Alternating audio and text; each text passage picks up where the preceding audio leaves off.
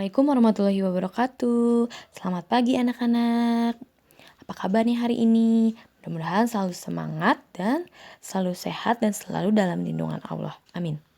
Hari ini kita lanjutkan pembelajaran tema 3 subtema 1 pembelajaran keempat.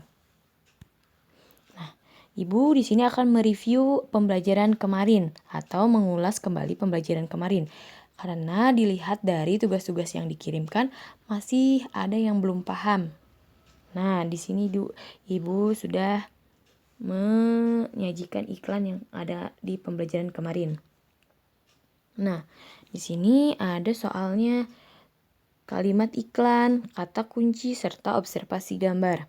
Nah, kalimat iklan, berarti kalimat iklan itu berisi ajakan. Nah, bersifat persuasif, mengajak pembaca untuk membaca iklan tersebut. Nah, di mana adanya kalimat iklan? Nah, kalian baca yang mana yang termasuk kalimat ajakan. Nah, ini termasuk kalimat ajakan. Makanlah singkong sebagai pengganti nasi. Solusi makanan sehat, harga rakyat, rasa pejabat. Nah, ini termasuk kalimat iklan. Selanjutnya, kata kunci. Kata kunci dalam iklan itu yang menonjol atau yang menyimpulkan mengenai gambar tersebut. Nah, di manakah kalimat kunci tersebut? Nah, kalimat kunci tersebut nih ada di sini. Kandungan singkong per 100 gram. Itu adalah kata kunci yang menjelaskan isi gambar tersebut. Observasi gambar. Observasi gambar di sini berarti lihat gambarnya. Di sini ada gambar singkong berisi mengenai penjelasan kandungan yang terdapat di dalam singkong. Nah, itu. Selanjutnya, kita ke interaksi karena kemarin masih banyak yang belum paham dan belum memahami mengenai interaksi. Nah, kita lanjutkan. Kita bahas kembali. Nah, interaksi itu adanya timbal balik antara individu satu dengan individu yang lain atau individu dengan lingkungannya yang saling mempengaruhi. Nah, interaksi yang dilakukan contohnya gotong royong membangun jalan. Interaksi lingkungan hidupnya, interaksi antara manusia dengan tanah yang digunakan untuk membangun jalan. Nah, kan ketika membangun jalan otomatis kita ada interaksi antara manusia dengan jalanan yang akan dibuat untuk membangun jalan. Sampai sini paham nggak? Kalau interaksi antara lingkungan hidup, apa yang kita lakukan dengan lingkungan hidup kita?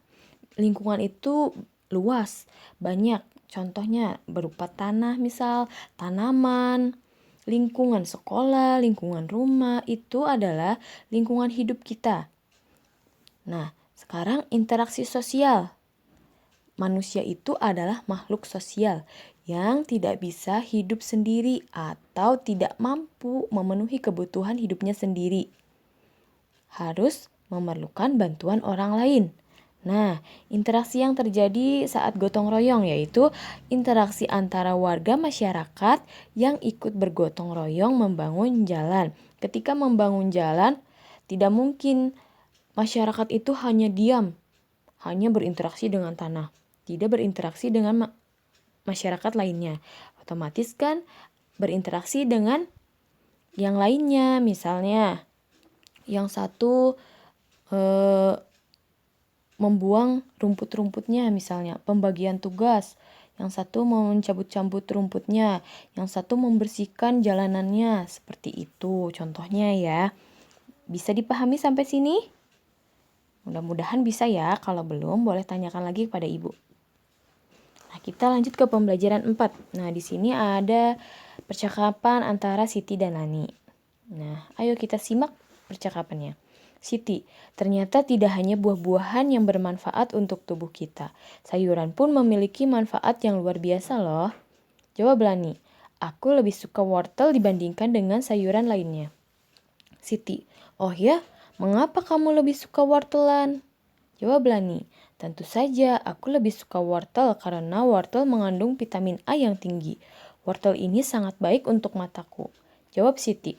Oh iya juga ya Lan, aku jadi ingin lebih tahu tentang wortel dan petani wortel.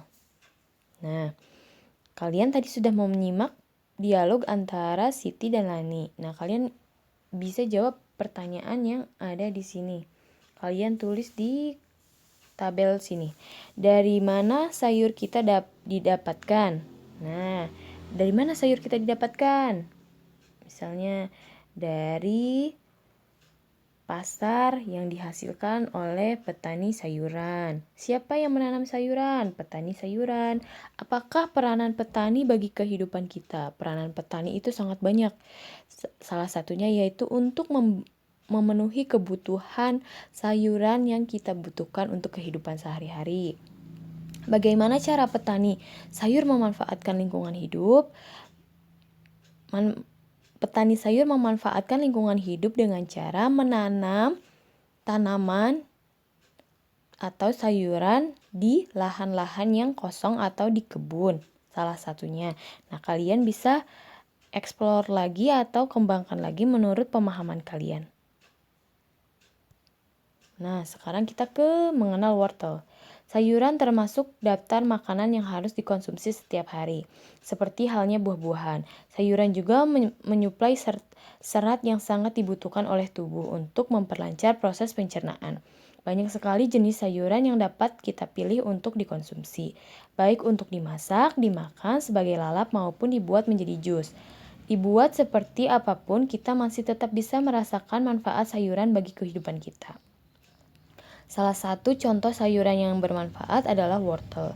Wortel baik untuk kesehatan mata karena memiliki vitamin A dan beta-karoten yang tinggi. Lalu, seperti apakah kegiatan petani wortel yang berada di balik tanaman yang berkhasiat ini? Gede Suwardana adalah salah satu petani wortel di desa Batunya, Kabupaten Tabanan, Bali, yang membudidayakan wortel jenis lokal. Suwardana memanfaatkan selama masa tanam, para petani rutin memberikan pupuk pada awal masa tanam.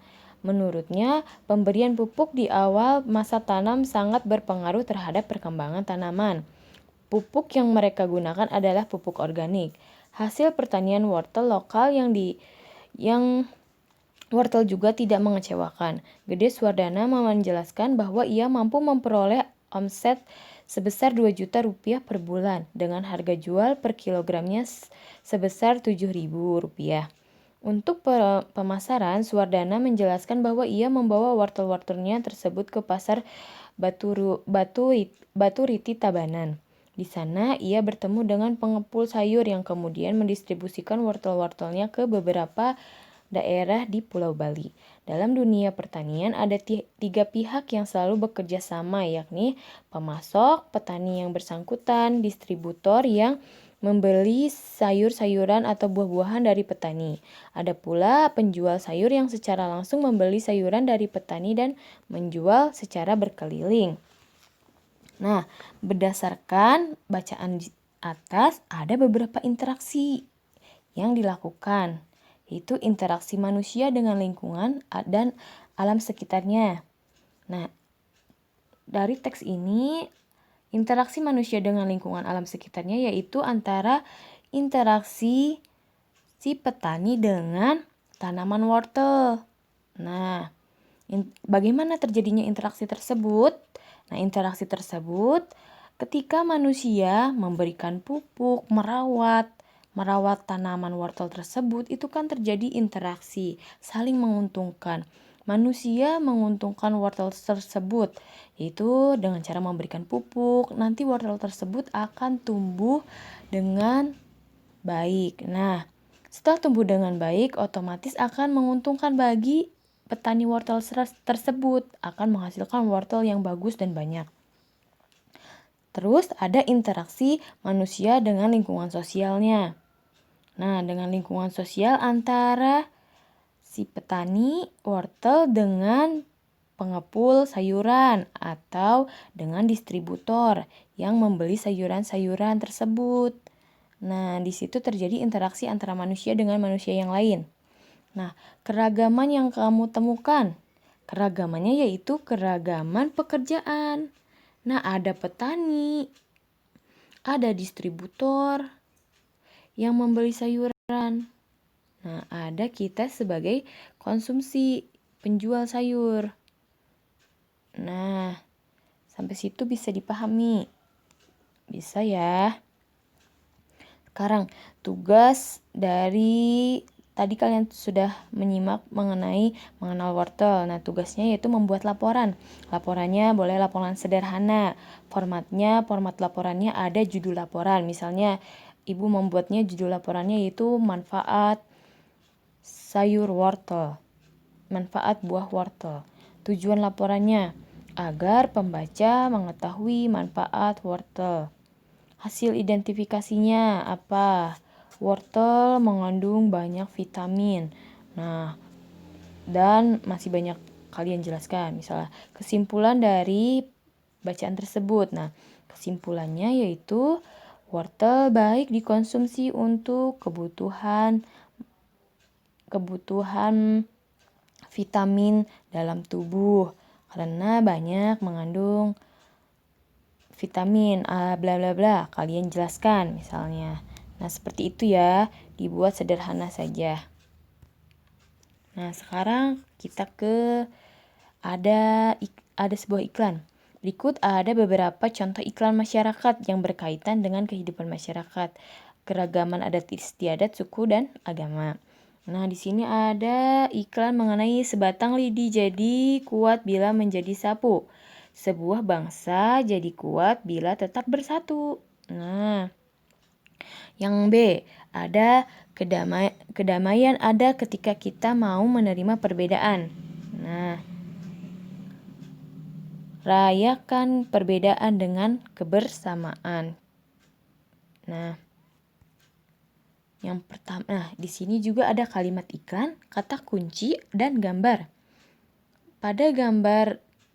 Pada kolom gambar, jelaskan apa gambar sesuai dengan pesan yang disampaikan oleh iklan. Apakah gambar cukup menarik? Nah, kalau cukup menarik, jawab ya atau tidak.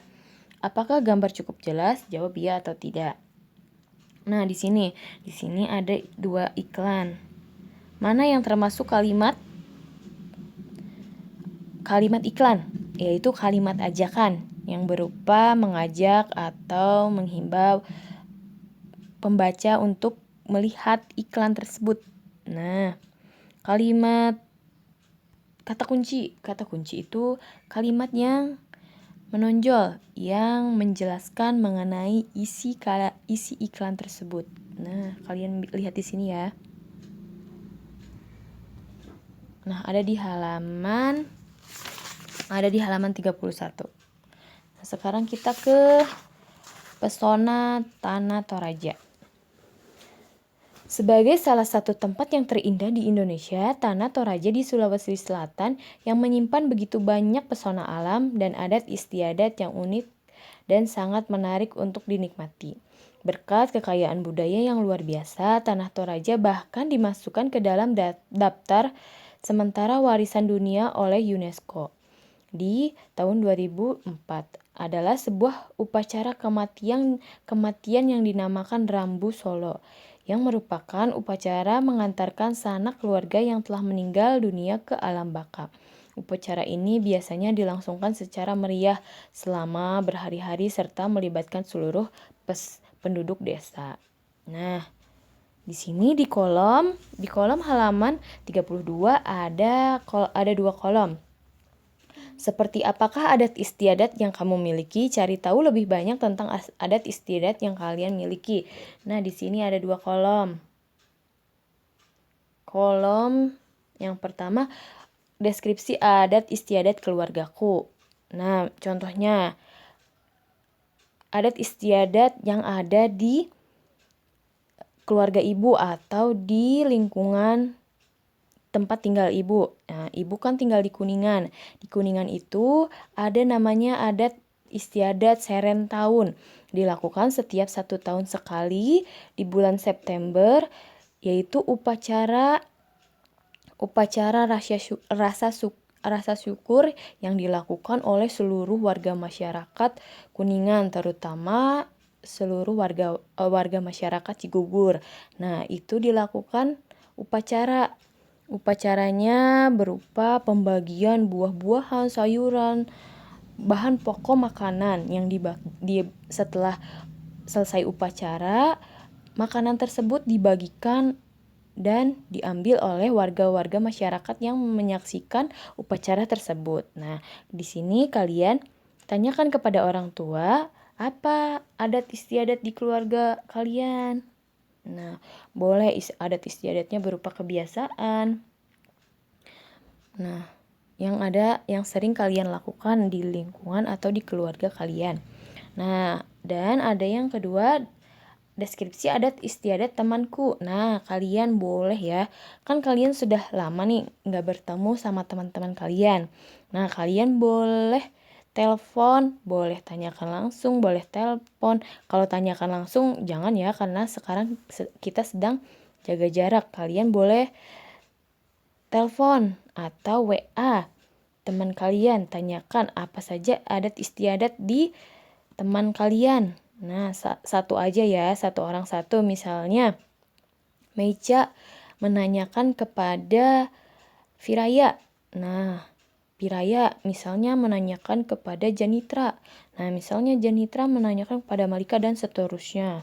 Nah, kalian boleh tanyakan kepada teman-teman kalian ya. Sudah bisa dipahami? Mudah-mudahan bisa ya. Nah, sekian pembelajaran yang dapat Ibu sampaikan hari ini. Mudah-mudahan dapat bermanfaat dan dapat dipahami dengan baik. Apabila ada yang belum dipahami, boleh tanyakan langsung. Kurang lebihnya Ibu mohon maaf. Ditutup. Wabillahi taufiq wal hidayah. Wassalamualaikum warahmatullahi wabarakatuh.